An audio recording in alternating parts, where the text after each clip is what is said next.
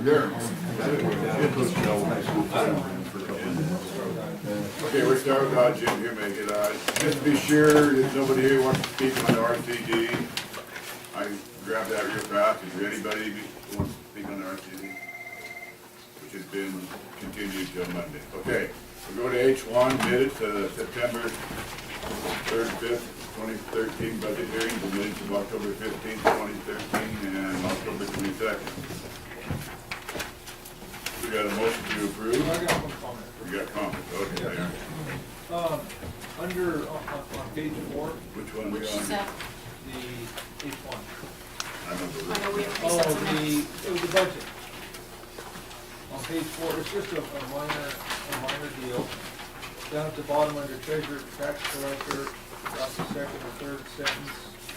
I'm almost at page 4, hang on a second. Okay, Clear down at the bottom. If you look over on the very right-hand side, if you go down the column, the top fifth line where it says his, I think his is the misprint, it should be hit. Hits. okay. I'm not even, on page 4? Right down here where it's. First line in Oh. 1, 2, 3, 4, 5th line. Okay, First word. okay, sounds right. it's I can just- make that change. just a If I- minor- Okay, Okay. minor clarification. And then I had one other question, and I'll refer back to the makers of the motion on the pool thing about the 200,000 annual.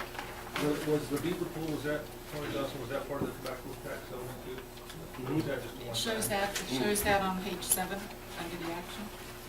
It's under expenditures.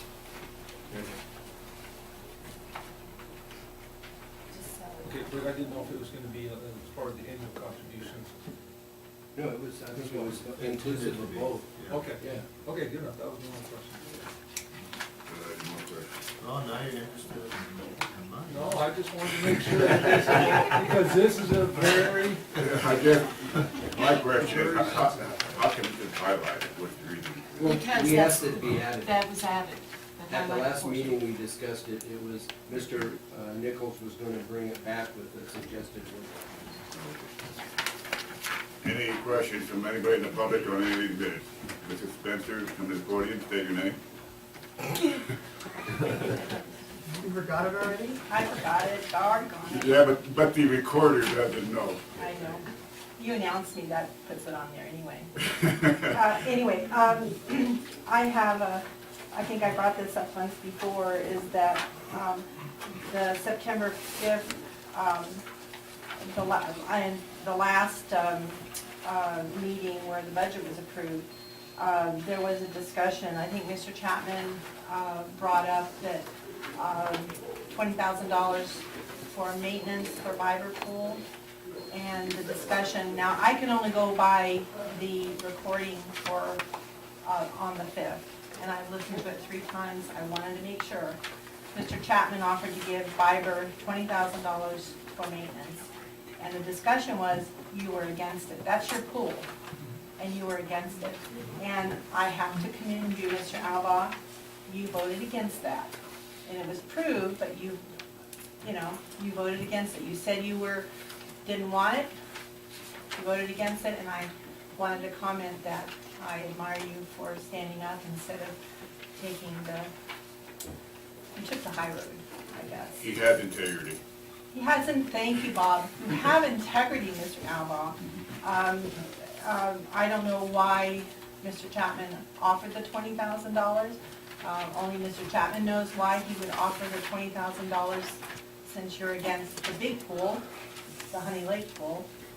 But I just wanted to comment, I wanted to acknowledge your integrity. Thank you. Do you want to speak to No, that? I do want to speak to it. First of all, Viber is pronounced Beaver, but the Beaver Pool has been an issue the board has been familiar with and has worked with for a number of years. Mr. Dolly had brought that issue for the board numerous times. With the understanding that we had in terms of available funding, the idea of being able to provide funding has never really been kind of an option, but as we got through the budget hearing process, the entire process, not just the first 2 days that were attended by some people with the entire time frame. It was very clear that we do have available funding and the use of the tobacco settlement monies to promote the health of the community, which is what those funds are targeted and intended to do. I was persuaded by Mr. Allball's presentation about how the folks in Big Valley, in Beaver, provide their pool. Yeah, you can sit there and roll your head all you want, that's fine, Mrs. Spencer, because this is for the record, so those who are listening to the tape and watching the video on YouTube and so forth can understand the answer to the question that you raised, which is a valid question. It wasn't something that was offered to Mr. Allball with the idea that it was like some bargaining chip. I just felt. I never said that. I was motivated, well, the implication was there. I was motivated by the testimony that Mr. Allball gave, talking about how the folks in Big Valley have scraped to try to get together, have bake sales and fundraisers and so forth to be able to have an open, limited time frame, combined with what Mr. Dolly had shared with this board for a number of years about trying to keep that pool functional. We've actually allocated tens of thousands, if not into the hundreds of thousands of dollars of park bond monies in the past to try to develop that pool, to provide that opportunity for the kids in Big Valley. And I felt that given the fact that we were moving ahead with the project that we're proposing to seem to be done here with the Honey Lake Valley Pool, and given the availability of those tobacco settlement monies, I think it was just the right thing to do, whether Mr. Allball wanted to support it or not. That was the reason why I offered that. It was supported by a majority of the board, and we moved on. So you can cast whatever sort of innuendos in terms of what the strategy is. It's plain and simple. I thought it was a good use of those funds, and I would hope that we have a viable, vibrant pool in Beaver, and someday we're going to have a vibrant, viable pool here in the Honey Lake Valley, and that's the accomplishment of the budget vote. So with that, No, we're moving on. I need a motion on the approved minutes. So, Second, with the change. with the change. I'll second it under discussion. Under discussion there. On the September 3, 4, and 5 minutes, the last page there just states that Supervisor Chapman requested, this was in our efforts. which page? The last page. This was in our efforts, looking at possible places we could trim, if you will, revenue and work towards closing that budget gap for the next, this next upcoming cycle. Supervisor Chapman requested the juvenile hall report and also public guardian report to the board by October 22nd. I know in today's packet, there's, the juvenile hall is addressed, but there's really no, it just says there's no information yet, but I didn't see anything about the public guardian, so I just wanted to ask. We've had some conversations about that, but this will present. Because I know, I received a few emails after that, and I know we do want to try and not do away with it, but just see how we Figure out ways to explain these. better afford it. Okay? Mrs. Betsy, come to the podium and state your name. I'm glad you brought that paragraph out because number 7 of that paragraph. Bob knows that this is dear to my heart. Staff to do feasibility study on elimination of animal sheltering program. You can't do that. You're mandated by the state of California that the county has to have an animal control program. And the fact that it's even on there is,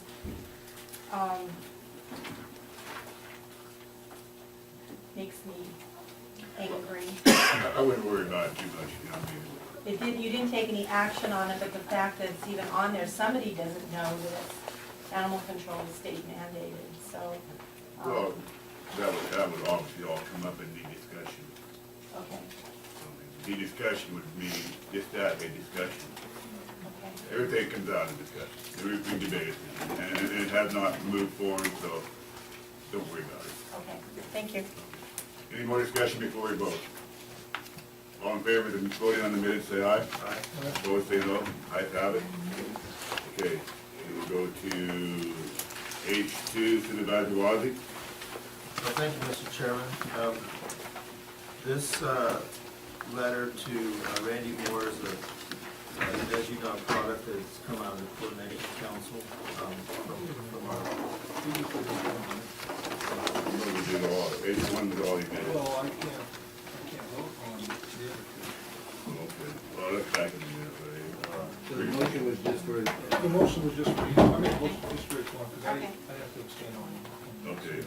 Be it noted that Aaron will, okay, stand on the, The 15th and the 22nd. okay, And then on you the, okay?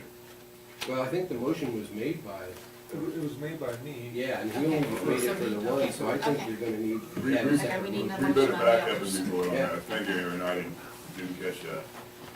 So let's take each one individually, September 3rd and 5th. Well, that was the That motion was we the made. one That was the one you did, so that Yes. one's okay. Let's go to then October 15th and October 22nd. Move to approve. Larry, Second. any discussion? We got one. Even Even though I wasn't here, but reading the minutes, Which ones? all for October 22nd. Okay. And this was on the Williamson Act. On the move, it was on who approved it and the extensions. You abstained on that, right? I wasn't even in the room. Okay, so in the extensions was none, I think you need to put Paul's name in. Okay, you're right. Well, he was absent, so Yeah, I was he should sure. be absent, he was absent. I was showing it after to do that. You're right, thank you. Okay, that's fine. That's on page 4? Yes. Thank you. Well, I think it's in, here on page 3, it says Chairman Pyle states he is a Right. witness holder and excuses himself from the room, and the meeting is still over, so that should be where he left the room. Yeah, but So it's his it's name. on the background, the voting Understood. record, it doesn't. Oh, in here. Yeah. Absentee, so it should be listed with you, Yes. if he was absent. Right. Yeah, Thank that's you. Cool. that's a good call. Good call, I'm overlooking. Okay, You too. we need a motion on that. With a motion to include those changes. Yeah, the second Thank you. concurs. All in favor, say aye. Aye. Both say no, the ayes have it. No, I abstain. Okay, we're good. Thank you for bringing that up, Aaron. Now we move to H2 Supervisor Wazi. Thank you, Mr. Chairman. Yeah, this is letters of product of our, some of the efforts of the Coordination Council that you and I sit on. And shortly after the meeting I was contacted by some of the other council members, and Laura, and they asked if we would delay submitting it to the board today. I didn't feel that was right. I said, well, we actually, as a council, not up to me, we took a vote. The vote was to submit the letter for board consideration. And since then, I've also been contacted by a couple other members of the community that wanted to sort of weigh in on this. And so I did say that the letter is going to be presented today, as was the direction of the full council, but as a board representative, that I would ask that we could delay action on this till the 26th, if you feel that's okay as another council member, and people want an opportunity to go talk some more at the next meeting, and I think we'll have. We have a coordination meeting before that. I believe we would, yeah. Yeah. If not, I'll meet with them, outside. No, so let's just discontinue this item. So this is continued to 11/26? Yeah. We want to be sure everybody has a chance to speak on these items. It's a very important item. Okay, we go to Thank you. H3, Mr. Wazi, again. Thanks. The glasses for this one. This is a, HR 1526, and this was came out of NACO, and I made printouts for everybody, but there's a few things I left in my office, and that was one of them. It gave a bit of insight into this. It's basically, it's the, to renew the funding for the secure rural school funding, and Congressman Lamalfa weighed in on it during his visit here, and he said he believes there's huge support to get this back going, so the funding doesn't expire. And anyhow, it's a very well-written letter, and I would like to, requesting that we vote to send it to our Senator Dan Feinstein and Barbara Boxer. Got a motion? I'll second it. Motion and a second. Any more discussion? I think it's very well written. All in favor, say aye. Aye. Opposed, say no. Ayes have it. Thank you. We go to A for sheriff fleet purchase. Except the big guy. Mr. Chairman, members of the board, Acting Captain Kevin Jones here, to present this as part of our fleet purchase. A lot of vehicles, ideally we try and get them out at 100,000. We have the enterprise fund pays back towards the purchase of new vehicle, and that's what you have in front of you, with the exception of a couple where there were some upgrades requested, which comes out of that department's funding. These are all taken off the state bid, and you see there's a couple there that are requiring emergency equipment. One thing we want to pass on is just with these newer vehicles and stuff, we just do not have the ability to install the emergency equipment ourselves with all the technology. So we've gone to subbing it out. It's the work product's far better as well. Question, Jim. Yeah, Mr. Chairman, I think John Minot, the under sheriff, had explained that process a few meetings ago where we had awarded some bids to do just that on the emergency upgrades. But the question I have, and we identify what the new vehicles are that we have listed in that are being proposed to be purchased, and then, but it doesn't list what the vehicle is that it's replacing. And so, I would assume that there would be, it would be a comparable vehicle. I mean, if you've got an Interceptor cruiser, what's currently being used, you're gonna replace it with, comparable ones. But, when I look at some of these vehicles, and I kind of wonder, I realize we've got 4,500 square miles, we're a large county, we're mountainous, we're desert, we're, you name it, we have a lot of terrain and stuff. But some of these vehicles, I just kind of wonder, are they really appropriate for the folks who are using it for the job that they're expected to do in the vehicle, or are these vehicles chosen because of personal preference of the current staff that's currently using the vehicle? Well, Mr. Chairman, I don't know if you got the face page, but that, Yeah. okay, so if you look at the unit number, it will coincide on the second page with what they're getting. And there are some upgrades, and that came from those departments with some requests. For example, Mr. Hemphill, the truck that he had was just not suitable for his needs, so he needed to upgrade. So who made that determination? Was it Mr. Hemphill, or what process do we have? What sort of vetting process do we have to look at those kind of? I mean, I know we have the money in the budget, so it's not a question of finances, but I guess it's the question of utility. And when I go shopping for a vehicle, I can tell you it'd be a lot different than my wife going shopping for a vehicle. And I like her vehicle a lot better than I like my vehicle. Well, Mr. Chairman, Melly's here, but to give you an example with H&HS, I believe that, and I'll let Mel speak to this, but the minivans just weren't, they just weren't feasible here. And with these newer SUVs, you can put just as many people, and go ahead, I'll. Yeah, and I don't have the list, so I can't speak specifically, but, Used to be vans, now they're Equinoxes. oh yeah, the Equinoxes have the four-wheel drive, and we use our vans to transport clients back and forth to appointments, and we used to be able to get some pretty nice vans with front-wheel drive that would be able to fit everyone in them, and now with car seat requirements and everything else we've got, and then we've just had trouble getting people where they needed to go because of snow. We just decided for about the same price, for only a small amount more, we could go ahead and upgrade to something with four-wheel drive and know that we could give people what we need to go.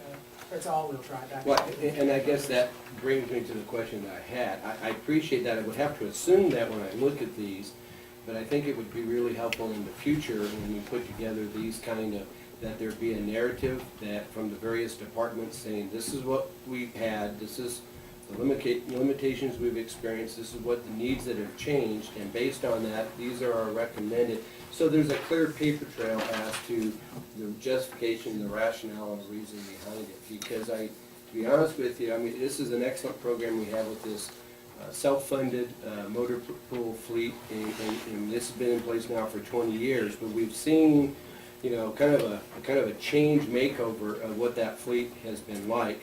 And just because we have the money doesn't necessarily mean that we need to be spending it because we have personal preferences. And I know how people are. I mean, it's human nature. And I'm not degrading staff. I want them to be in a comfortable environment. I want them to be in an appropriate environment. But there's a fine line there, you know, and I think as the public, you know, perceives it. I mean, they're very cognizant and very alert to, they know when there's a public vehicle. When they see the public, you know, workers, you know, driving vehicles that they can't afford to drive themselves, it becomes an issue, and it's an issue of resentment that we build in when we do that. And I think we just need to be mindful of what that relationship is, so. Well, I can assure you, I can't speak to Mr. Hemphill's department, I can assure you in HSS that we do go through that process and discussing. And for instance, we've run into the same thing the sheriff's office had. Midsize is now not mid-size anymore, it's pretty small, and even the large cars are what used to be called mid-size, and so we're finding ourselves in some instances. Well, I know when I travel and I have to get a rental car, what they represent, what the sizes are and what you want are two different things. I've learned the value of that. Yeah, and so we've run into the same thing, and it means we've had to upgrade. in Well, some I have no instances. objection to it. I think staff, you know, is taking an appropriate, I just want to make sure there's a clear record and a discussion on the record and there's documentation to support that. So if it becomes an issue down the road for whatever reason, we can't say that we didn't talk about it and that we have. And I think maybe Mr. Nichols, it might be possible over the coming months, maybe working with the motor pool folks and various department heads, is to draft maybe some guidelines, some policy that we can maybe consider and adopt that can be in place, that can be used by everybody, you know, so we have some benchmarks so we know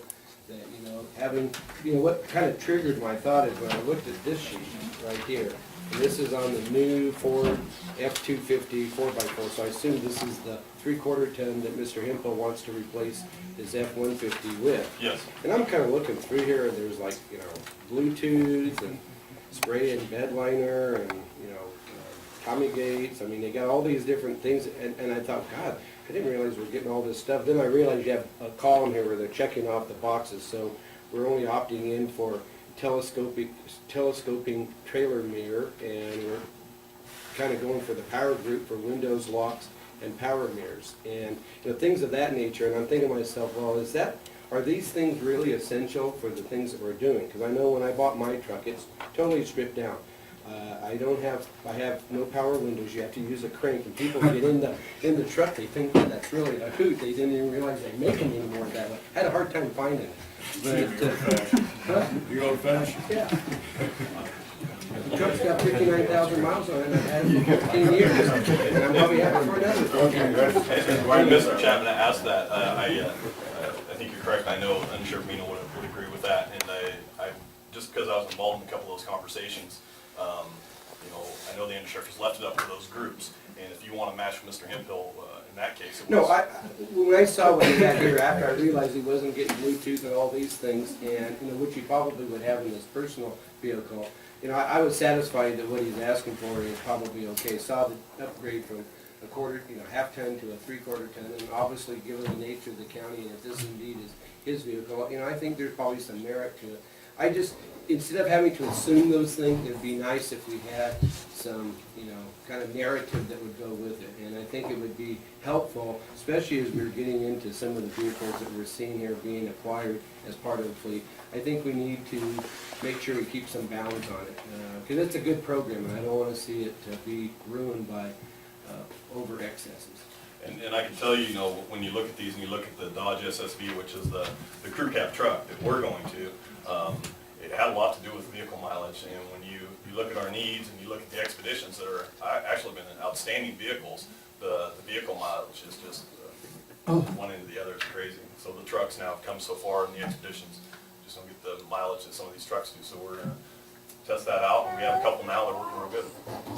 Yeah, but I think it's also important, just to add, if I can finish up, and by saying is that when people see this, and obviously it will be in the newspaper and there'll be publicity about it, and we're looking at $453,000 worth of vehicles being purchased, you know, that's a pretty good chunk of change.